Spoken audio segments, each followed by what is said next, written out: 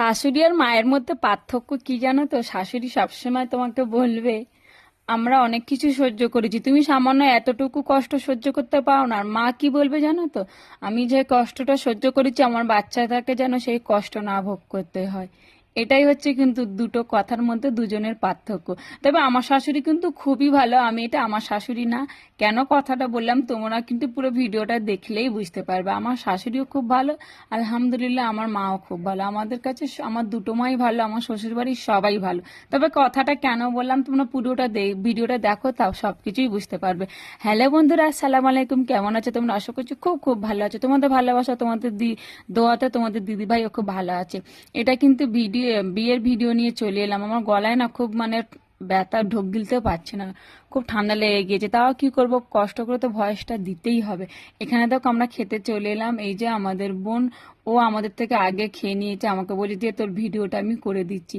রাধা পল্লবী ছিল, কাবলি ছোলা দিয়ে পনির ছিল, আর এখানে ছিল বিরিয়ানি, ছিল সালাড, ছিল স্টলে ঝাঁঝা ছিল, সেগুলো কিন্তু আমি খেতে পারিনি। তার কারণ আমি অনেকটাই লেটে এসেছিলাম, তারপরে আমার গলাটাও ব্যথা ছিল।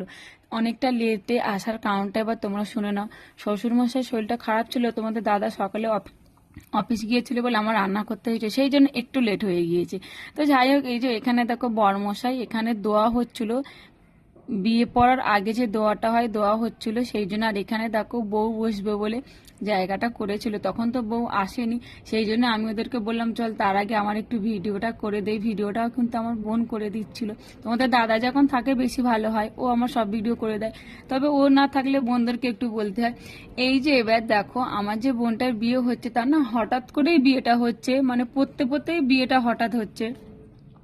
তবে ও আবার বিয়ের পরে মাধ্যমিকটা কমপ্লিট করবে। তো যাই হোক, এবার দেখো ওর নাকটা 2-3 দিন আগেই ছিদিয়েছিল। আমাদের মধ্যে তো বিয়ে মুসলমানি বিয়েতে নাকের পরতেই হবে। তো যাই হোক, এখানে ওর নাকটা যেহেতু 2-3 দিন আগে ছিঁড়িয়েছিল, তোমরা এবার বুঝতেই পারছো নাকের মধ্যে যে নাকেরটা নাকছাবিটা থাকে সেটা কিছুতেই ঢুকছিল না। তখন পাশ থেকে, আমি না বলছি না যেটা কে বলেছে, তখন দেখছি তারা কথাটা বলছে তুমি মেয়ে হয়ে এই সামান্যটুকু কষ্ট সহ্য করতে পারো না। তখনই কিন্তু আমার কথাটা মনে পড়ে গেল, সেই জন্য আমি কথাটা এবার বললাম। তো যাই হোক, এখানে দেখো আমরা সব বোনরা একসঙ্গে ভীষণ এনজয় করছিলাম। আমি ওদেরকে বলছিলাম এবার কিন্তু তোদের লাইন, তোরা তাড়াতাড়ি বিয়ে কর, আমি এবার ফের একটা বিয়ে খাবার খুব খুব এনজয় করব। এই যে পেছনে আমার ভাবি ছিল, আমার ভাবিও বলছিল, হ্যাঁ এই নিয়ে আমরা সবাই খুব হাসাহাসি করছিলাম। তখন এখানে মনীষা আসেনি। এই যে বরবউ একসঙ্গে চলে এসেছে। আমাদের একটা বিয়ে হয়ে গেলে একটা নিয়ম থাকে, দুধ ভাত একসঙ্গে খাওয়াই, এবার সেটাই হবে। সন্ধে হয়ে গিয়েছে দেখো, যেহেতু এখন ছোটবেলা। এই যে মনীষা, রেণুকা সবাই